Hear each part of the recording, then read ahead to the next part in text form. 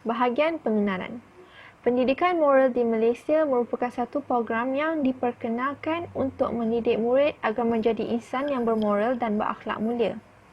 Dengan menekankan aspek akhlak mulia selari dengan perkembangan pemikiran moral, perasaan moral dan tingkah laku moral.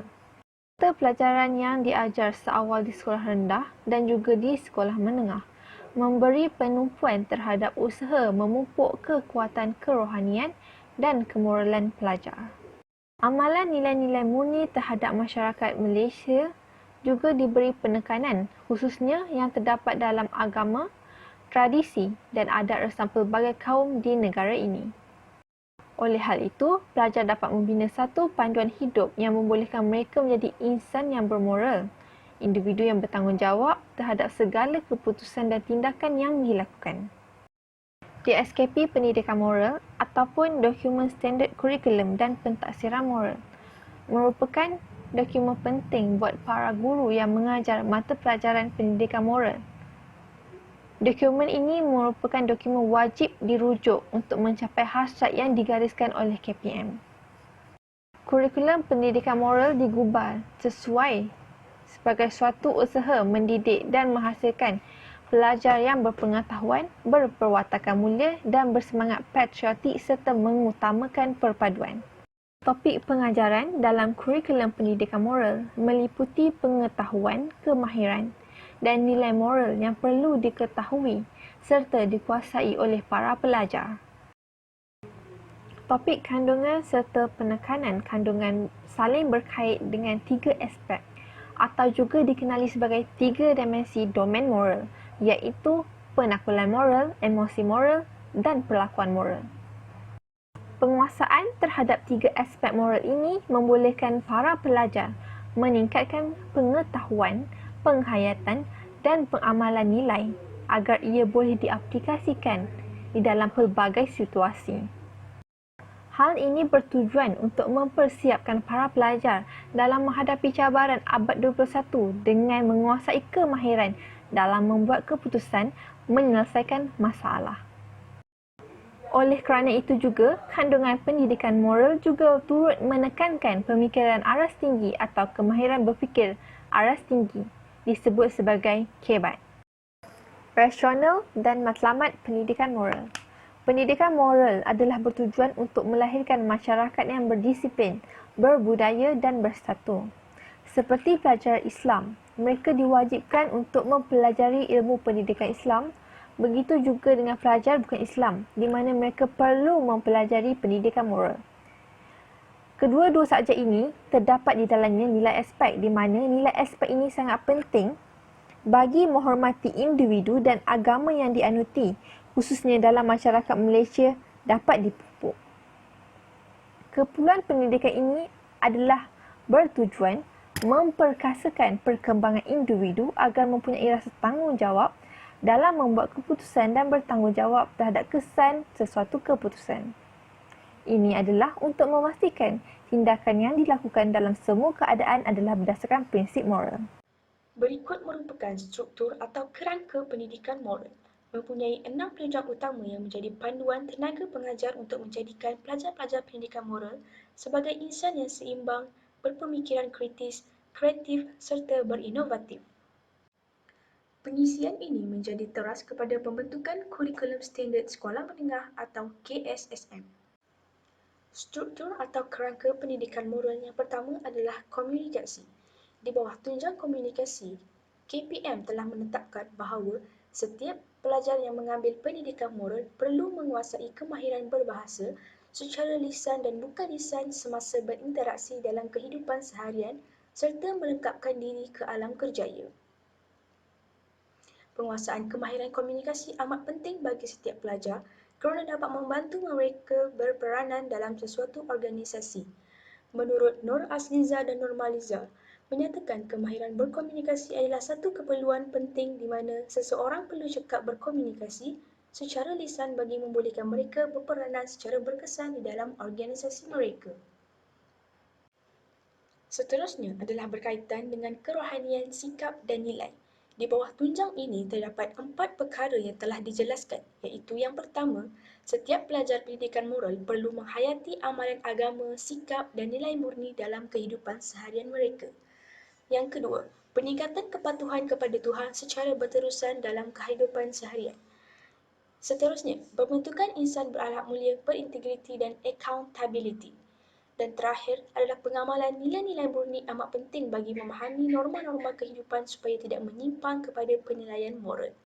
Yang seterusnya, iaitu yang ketiga adalah aspek kemanusiaan. Dalam tunjang ini menuntut pelajar pendidikan moral ke arah pembinaan warga negara untuk abad ke-21, di mana mereka perlu menguasai ilmu dan pengetahuan mengkonsepsi. Selain itu, setiap pelajar pendidikan moral perlulah mengembangkan kemahiran intelektual mereka, menghayati nilai asas demokrasi serta membina kemahiran untuk menyelesaikan sebarang masalah. Menurut Ainun Rahmah Ibrahim, Zamri Mahmud dan Wan Munaruzana yang menjelaskan pelajar yang didedahkan dengan abad ke-21 akan menguasai bidang ini dalam jangka masa yang panjang dan akan menghasilkan bakat yang serba boleh dalam pelbagai bidang. Dalam konteks ini, Kementerian Pendidikan Malaysia mahu pendidikan moral dan pengamalan nilai murni, hormati agama, patuh kepada Tuhan mesti diterapkan ke dalam diri setiap pelajar walaupun mereka sudah menamatkan zaman persekolahan. Kementerian Pendidikan Malaysia telah menggariskan betapa pentingnya setiap pelajar untuk mempunyai keterampilan diri. Tunjang ini secara amnya didedahkan melalui kurikulum pendidikan Islam bagi pelajar Melayu dan pendidikan moral bagi pelajar bukan Islam di peringkat sekolah menengah. KPM juga telah menyatakan bahawa setiap pelajar perlu dan wajar dipupuk dengan sifat-sifat kepimpinan dan sasiah diri yang baik melalui aktiviti kurikulum dan co-kurikulum. Setiap pelajar juga harus diberikan peluang untuk meningkatkan keyakinan diri serta menonjolkan segala potensi, kemahiran serta daya kreatif yang dimiliki agar boleh diasah sehingga menjadi kebiasaan atau kejayaan. Selari dengan pandangan daripada Rolinda Yusof, beliau dengan tegasnya menyatakan bahawa pelajar pintar dan berbakat perlu diberikan peluang untuk mengenal pasti dan menyedari potensi diri bagi membolehkan mereka menyumbang kepada masyarakat. Seterusnya adalah perkembangan fizikal dan estetika. Menerusi pendidikan moral, para pelajar akan dapat mengembangkan nilai fizikal dan estetika mereka. Pelajar pendidikan moral dapat mengaplikasikan pengetahuan, kemahiran serta amalan nilai dalam jasmani dan kemahiran bagi mencapai kesejahteraan diri. Pelajar pendidikan moral juga dianggap berjaya mengaplikasikan daya imajinasi yang baik, bakat, apresiasi, kreativiti dan inovasi dalam setiap hasil karya mereka. Menyentuh tentang kreativiti dalam pendidikan, guru merupakan golongan terpenting berkaitan perkara ini. Sebagai contoh, soalan berbentuk tertutup tidak digalakkan untuk diajukan di dalam kelas kerana mengikut logik dalam konteks ini, pelajar hanya menggunakan pemikiran logik, sistematik dan berstruktur sahaja. Akhir sekali, perkara yang dititik beratkan adalah sains dan teknologi. Sains dan teknologi dianggap menjadi tunjang utama bagi melahirkan pelajar yang berpemikiran kritis, kreatif dan berinovatif. Walaupun menerusi pendidikan moral yang secara kasarnya dilihat sebagai mata pelajaran yang menerapkan nilai-nilai murni, sains dan teknologi dapat membantu pelajar untuk menguasai ilmu sains, matematik dan teknologi. Hal ini kerana gabungan antara sains dan teknologi dilihat saling melengkapi kerana dapat membantu perkembangan pengetahuan sains. Selain itu juga, menerusi tunjang sains dan teknologi, kurikulum pendidikan moral dapat membantu pelajar mengaplikasikan pengetahuan dan kemahiran sains, matematik dan teknologi secara bertanggungjawab dalam kehidupan harian, berlandaskan sikap dan nilai dalam sains, matematik dan teknologi itu sendiri. Melalui bidang-bidang ini, Marzida Putih telah menjelaskan bahawa menerusi kurikulum pendidikan moral, pelajar dapat membina keyakinan diri, lebih berpengalaman dalam mengendalikan kerja dan sanggup bekerja di bawah satu kumpulan. Dan seterusnya saya akan membincangkan sedikit mengenai organisasi kandungan yang terdapat dalam kerangka program pendidikan moral. Organisasi kandungan ini merangkumi 7 bidang dan akan diajar mengikut tingkatan.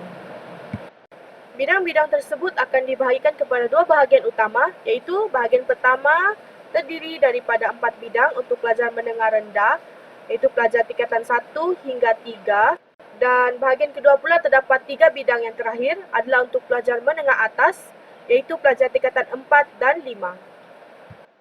Ini merupakan ketujuh bidang tadi. Yang pertama adalah pengenalan moral, diri keluarga dan persahabatan, hubungan antara diri, komuniti dan masyarakat, moral, peraturan dan undang-undang. Keempat-empat bidang ini untuk tingkatan 1 hingga 3. Manakala bidang insan bermoral, jati diri moral, moral dan kenegaraan pula adalah untuk tingkatan 4 dan 5. Okey, apa yang terdapat dalam bidang pengenalan moral adalah dia membincangkan mengenai asas tentang konsep moral dan ada juga dibincangkan sedikit mengenai membantu pelajar dalam membuat pilihan dan keputusan yang bermoral. Keputusan yang bermoral ni akan berkait rapat dengan 3 domain moral utama itu, iaitu penakulan moral, emosi moral dan perlakuan moral. Okey, bidang seterusnya adalah bidang diri, keluarga dan persahabatan. Dalam bidang ini, dia membincangkan serba sedikit bagaimana agama atau kepercayaan itu mampu membentuk jati diri moral seorang pelajar. Bidang ini juga merangkumi sikap berkasih sayang dan hormat menghormati dalam kalangan ahli keluarga serta adab dalam persahabatan. Bidang yang seterusnya adalah hubungan antara diri, komuniti dan masyarakat. Dalam bidang ini, dia membincangkan betapa pentingnya mewujudkan hubungan yang baik antara diri pelajar dengan warga sekolah, komuniti dan masyarakat. Hal ini berkait rapat dengan dapat memupuk nilai-nilai seperti toleransi, bekerjasama dan sebagainya. Bidang yang seterusnya adalah bidang moral, peraturan dan undang-undang. Seperti mana nama bidang ini membincangkan mengenai peraturan dan undang-undang yang menjamin keamanan dan kesejahteraan dan juga undang-undang yang perlu dipatuhi oleh murid untuk menjadikan mereka insan yang bermoral. Bidang yang seterusnya pula adalah berkenaan dengan insan bermoral. Bidang ini membincangkan mengenai ciri insan bermoral berkepribadian mulia yang mampu menjadi suri teladan yang baik. Insan bermoral ini berkait rapat dengan nilai-nilai universal seperti nilai bertanggungjawab, nilai berkasih sayang dalam menjadikan seorang insan itu bermoral. Bidang yang seterusnya adalah bidang jati diri moral. Bidang ini membincangkan mengenai keunikan dan keistimewaan aspek agama, bangsa, budaya dan bahasa ni menjadi teras dan lambang ketinggian pribadi individu. Maksudnya macam jadi identiti seseorang lah. Bidang moral dan kenegaraan ni pula dia menghubung kaitkan antara konsep moral dengan kenegaraan. Maksudnya di sini dia ada membincangkan serba sedikit lah mengenai kita sebagai rakyat Malaysia harus bangga dan kita hendaklah mengekalkan kedaulatan negara dan sebagainya. Kesimpulannya adalah pendidikan moral ni adalah untuk pelajar bukan Islam dan pendidikan moral ni adalah untuk memberikan pendidikan dari aspek membentuk karakter dan nilai yang baik untuk setiap individu. Kerangka program pendidikan moral ni juga adalah satu dokumen, maksud DSKP ni adalah merangkumi pelbagai kandungan dan hal yang berkaitan untuk mendidik generasi yang akan datang. Sekian, terima kasih.